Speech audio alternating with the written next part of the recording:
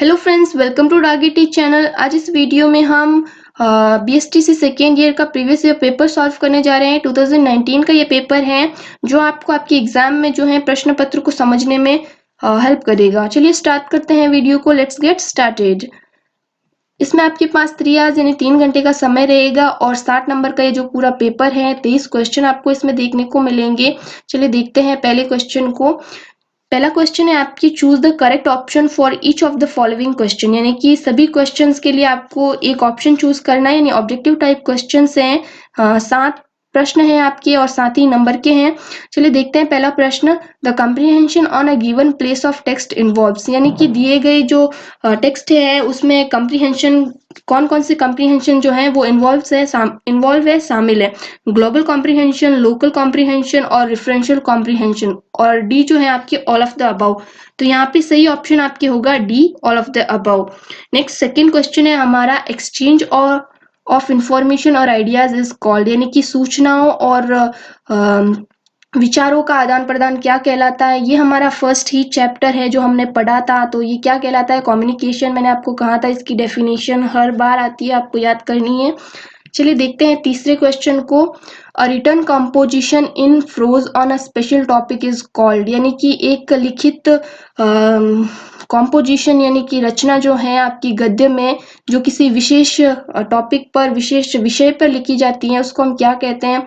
तो देखिए इनमें से ये क्वेश्चन बहुत ही आसान है। 3 को आप एलिमिनेट कर सकते हैं, आसानी से निकाल सकते हैं कि ये हो नहीं सकता, ये हो नहीं सकता। तो पीछे आपकी एक ही बचेगा। देखते हैं पोस्टर आप सबको पता है जो कुछ आर्ट के साथ मैसेज दे रहा हो वो पोस्टर होता है। पोयम जो है आपके पद्य का भाग है, गद्य है ही नहीं। और पंपलेट आपको पता है स्कूल और कॉलेजेस में पेरेंट्स और स्टूडेंट्स को जो है उस यूनिवर्सिटी, कॉलेज या स्कूल के बारे में पूरी जानकारी देने के लिए होता है। तो लास्ट हमारा जो ऑप्शन बचता है वो सी है, आर्टिकल। तो आर्टिकल एक ऐसा फ्रोज होता है जो किसी विशिष्ट टॉपिक पर कुछ टेक्स्ट किया हुआ होता है, लिखित रचना होती है। ठीक है। फिर फोर्थ क्वेश्चन है आपकी, राइटिंग इम्प्रूव्स थ्रू, यानी राइटिंग किसके द्वारा इम्प्रूव होती है, राइटिंग में सुधार कैसे होता है। तो ये भी हमने पढ़ा हुआ है, राइटिंग इम्प्रूव्स थ्रू प्रैक्टिस। तो प्रैक्टिस से जो है आपकी लेखन क्षमता जो है विकसित होती है। फिर पांचवा है, which one is differ in reference with enhancing proficiency in English, यानी कि जो आपके इंग्लिश में कौशल जो है, कौशल में वृद्धि किस तरह से होती है, इवेंट्स द्वारा, स्कूल द्वारा, ड्रीम्स द्वारा या होप द्वारा। तो ये सारे जो हैं आपकी इंग्लिश प्रोफिशिएंसी को बढ़ाते हैं। पर इवेंट्स जो हैं सबसे ज़्यादा अच्छा ऑप्शन रहेगा। इवेंट्स में जो है आप जितना इंटरेक्ट करते हैं, जितना देखते हैं, उससे आपकी प्रोफिशिएंसी जो है, दक्षता में वृद्धि होती है। फिर सिक्स्थ क्वेश्चन है, the abbreviation of English as a second language is, यानी कि English as a second language का एब्रीविएशन क्या है। एब्रीविएशन का अर्थ होता है संक्षिप्त रूप। तो इसका संक्षिप्त रूप क्या होगा, ESL, यानी इंग्लिश एज सेकेंड लैंग्वेज। तो ये हमारा जो है करेक्ट ऑप्शन है। फिर 7वां जो क्वेश्चन है वो है, the science of profession of teaching is, science और प्रोफेशन ऑफ टीचिंग इज, यानी कि जो टीचिंग का प्रोफेशन है, टीचिंग का व्यवसाय है, उस साइंस को हम क्या कहते हैं, मेथाडोलॉजी या मॉर्फोलॉजी, पेडागोजी या सोशियोलॉजी। तो आप सबको पता है पेडागोजी होता है, हमारी जो है बुक का नाम भी यही है, इंग्लिश प्रोफिशिएंसी एंड पेडागोजी। ठीक है।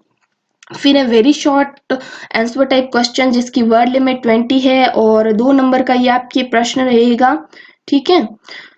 8वां प्रश्न यानी कि शॉर्ट टाइप आंसर का पहला प्रश्न है, write the meaning of notice, यानी नोटिस का अर्थ क्या है। नोटिस आप सबको पता है एक ऐसी अनाउंसमेंट होती है। नोटिस बोर्ड पे हो सकती है, वो न्यूज़पेपर में हो सकती है, मैगजीन पे हो सकती है। तो ठीक है, इसको आपको डिफाइन करना है, हमने इसके बारे में पढ़ा था।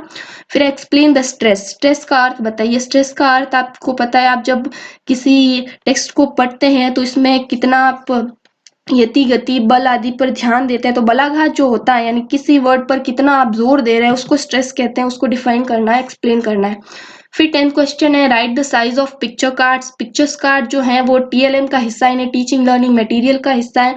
तो पिक्चर कार्ड की जो है नॉर्मल साइज क्या होती है उसके बारे में आपको पूछा है। पिक्चर कार्ड की जो नॉर्मल साइज होती है वो 9x9 होती है और जो स्मॉल साइज होती है वो 4x3 की होती है। ठीक है। तो देखते हैं अगला क्वेश्चन। अगला क्वेश्चन है, fill in the blanks with correct articles. आपको सही आर्टिकल्स के साथ जो ये ब्लैंक्स है वो भरने हैं। पहला जो है A, she is dash undergraduate, तो यहाँ पे आएगा she is an undergraduate. फिर है this is dash book I was looking for, तो यहाँ पे बुक के बारे में और आगे दिया हुआ है, तो यहाँ पे आएगा this is the book I was looking for.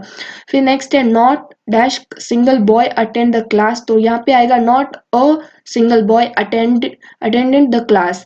फिर है Mohini is dash mother of 2 daughters, तो यहाँ पे आएगा Mohini is the mother of 2 daughters. ठीक है, नेक्स्ट 12th क्वेश्चन है हमारा write the meaning of colloquialism. ये कॉलिक्युलिज्म के बारे में मैंने आपको पहले भी बताया था कि कॉलिक्युलिज्म जो है हर साल क्वेश्चन पेपर में जो आपको देखने को मिलता है। कॉलिक्युलिज्म जो है वो इनफॉर्मल कुछ वर्ड्स होते हैं, इनफॉर्मल कन्वर्जेशन में, अनौपचारिक वार्तालाप में इस्तेमाल किए जाने वाले शब्द होते हैं जिनको हम कॉलिक्युलिज्म कहते हैं। छोटी सी डेफिनेशन है और 2 नंबर का जो है आपकी क्वेश्चन है ये।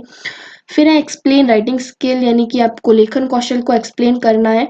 ठीक है, नेक्स्ट है right any 3 advantage of direct method. Direct method के जो है आपको 3 एडवांटेज यानी कि फायदे लिखने हैं। ठीक है, बेनिफिट्स लिखने हैं। तो डायरेक्ट मेथड जो होता है जिसमें हमें जो है किसी और लैंग्वेज की हेल्प नहीं लेनी पड़ती है इस मेथड से बच्चों को पढ़ाने के लिए, तो ये हमारे सेल्फ कॉन्फिडेंस को इंक्रीज करता है, वेकेबलरी को अच्छा करता है, हमारी प्रोनाउंसिएशन जो होती है वो इसमें अच्छी होती है। और ये पूरा जो है एक्टिविटी बेस्ड लर्निंग पे आधारित होता है, मनोवैज्ञानिक है, जो हमारे ऑडियो ओरल अपील जो है उसको स्ट्रॉन्ग करता है। ठीक है, तो बहुत सारे फायदे हैं डायरेक्ट मेथड के, आप अच्छे से पढ़ के जाइए। फिर जो है तीसरा हमारे शॉर्ट आंसर टाइप क्वेश्चन जिसकी वर्ड लिमिट जो है 30 to 40 वर्ड्स हैं। 15th क्वेश्चन है write the role of motivation for the second language learner, यानी कि दूसरी भाषा सीखने वाला अधिगमकर्ता जो है उसके लिए मोटिवेशन यानी अभिप्रेरणा की भूमिका बताइए। तो अभिप्रेरणा जो है किसी भी लैंग्वेज को शुरू करने के लिए, किसी भी एक्टिविटी को शुरू करने के लिए जो पहला चरण आपका होता है मोटिवेशन जरूरी है। अगर मोटिवेट नहीं है बच्चा तो किसी भी लैंग्वेज को सीखने के लिए, किसी भी एक्टिविटी को करने के लिए वो तैयार नहीं होगा। तो इसका रोल आपको लिखना है। फिर 16th क्वेश्चन है what do you understand by the term diphthong. तो डिप्थोंग से आप क्या समझते हैं? डिप्थोंग होते क्या है, आपने पढ़ा होगा मोनोप्थोंग और डिप्थोंग के बारे में। डिप्थोंग जो है 2 या 2 से अधिक वोवेल साउंड का मिक्सचर होता है। कॉम्बाइन जो वोवेल साउंड होते हैं उनको हम डिप्थोंग कहते हैं। जैसे यहाँ पे देखिए लर्न, LEARN, तो ई ए जो है ये इसको हम डिप्थोंग कहेंगे। बेसिकली डिप्थोंग क्या है, 2 वोवेल साउंड का जो है वो कॉम्बिनेशन डिप्थोंग कहेंगे हम उसको। फिर है राइट अबाउट लर्नर्स एरर, यानी कि अधिगमकर्ता या जो लर्नर है उसकी एरर्स की बारे में लिखना है, उसकी त्रुटियों के बारे में लिखना है। ठीक है, फिर है right about motivation, how can it help in learning. Motivation के बारे में लिखिए और मोटिवेशन किस तरह से आपकी लर्निंग में हेल्प करता है। फिर 19th क्वेश्चन है write a report on election scene an election scene. Election scene पे जो है आपको रिपोर्ट तैयार करनी है, रिपोर्ट लिखनी है जो आपकी पूरे पास्ट टेंस में होगी। वहाँ पे आपने क्या क्या देखा, किस तरह से जो है व्यवस्था थी। ठीक है, पुलिस कैसे कंट्रोल कर रही थी, कैसे मतदाता जो है किस तरह से डिसिप्लिन में थे, ये वो सारी चीजें। ठीक है, नेक्स्ट जो है हमारे ऐसे टाइप क्वेश्चंस हैं। इसमें फर्स्ट क्वेश्चन है हमारा right a note on direct method, यानी डायरेक्ट मेथड पे आपको नोट लिखना है। डायरेक्ट मेथड आपको पता है जो जिसमें आप किसी अन्य भाषा की जो है सहायता लिए बिना बच्चों को एक्टिविटी बेस जो है किसी भाषा को सिखाने की कोशिश करते हैं। डायरेक्टली जो है आपको लैंग्वेज स्किल LSRW से लिंक होती है ये, तो इसके बारे में आपको लिखना है। या अथवा में आपको दिया हुआ है write a note on nature of the learner, यानी कि जो लर्नर्स हैं, जो शिक्षार्थी है, उनकी प्रकृति पर आपको नोट लिखना है। 21वां जो आपका प्रश्न है वो right short note on the following any 2, इनमें से किन्हीं 2 पर जो है आपको शॉर्ट नोट लिखना है। पहला आपके स्कीमिंग है जिसके बारे में आपने पढ़ा था, ये राइटिंग का एक टाइप है। ठीक है, फटाफट से आप किसी टेक्स्ट को जो है आप किसी स्पेसिफिक इंफॉर्मेशन के लिए देख रहे हो तो उसको स्कीमिंग कहते हैं। नेक्स्ट आपकी बी कॉल जिसको कहते हैं कंप्यूटर असिस्ट लैंग्वेज लर्निंग। ठीक है, जिसमें चारों जो स्किल होती है आपकी शामिल होती है, कंप्यूटर बेस्ड लर्निंग होती है ये। फिर सी जो है आपकी कंपाउंड सेंटेंस यानी संयुक्त वाक्य, इसके बारे में आपको इन तीनों में से 2 के बारे में आपको शॉर्ट नोट लिखना है। फिर 22वां जो आपका प्रश्न है right an essay on child marriage in Rajasthan, यानी राजस्थान में बाल विवाह पर आपको नोट लिखना है। सॉरी ऐसे लिखना है आपको। या फिर अथवा में आपको दिया हुआ है write a letter to the chairman of municipality complaining about the insanitary condition in your locality. आपकी जो लोकेलिटी की जो है कंडीशन अच्छी नहीं है उसके बारे में कंप्लेन करते हुए आपको चेयरमैन को एक लेटर लिखना है, जो आपके फॉर्मल लेटर का एक प्रकार होगा। हम लेटर पढ़ेंगे फॉर्मल और इनफॉर्मल दोनों ही। फिर है 23वां प्रश्न आपके, what do you mean by CCE यानी कंटिन्यूअस एंड कॉम्प्रिहेंशन इवैल्यूएशन के बारे में आपको अर्थ बताना है। और जो टूल्स हैं उसके उनके बारे में लिखना है। सतत एवं व्यापक मूल्यांकन के उपकरण कौन कौन से हैं और इसका अर्थ क्या है वो ब्रीफली आपको लिखना है 150 वर्ड्स में या 200 वर्ड्स में। अथवा में आपके दिया हुआ है describe the need and importance of teacher learning material. ठीक है, TLM के बारे में, TLM की आवश्यकता क्या है और महत्व क्या है उसके बारे में लिखना है। ठीक है, तो ये था 2019 का पेपर, जिससे आपको एक बेसिक आइडिया मिल जाएगा कि पेपर किस तरह का आता है। Thanks for watching this video friends. अगर वीडियो पसंद आया है तो लाइक कीजिए, शेयर कीजिए और सब्सक्राइब कीजिए हमारे चैनल टारगेट टीच को। Thanks for watching.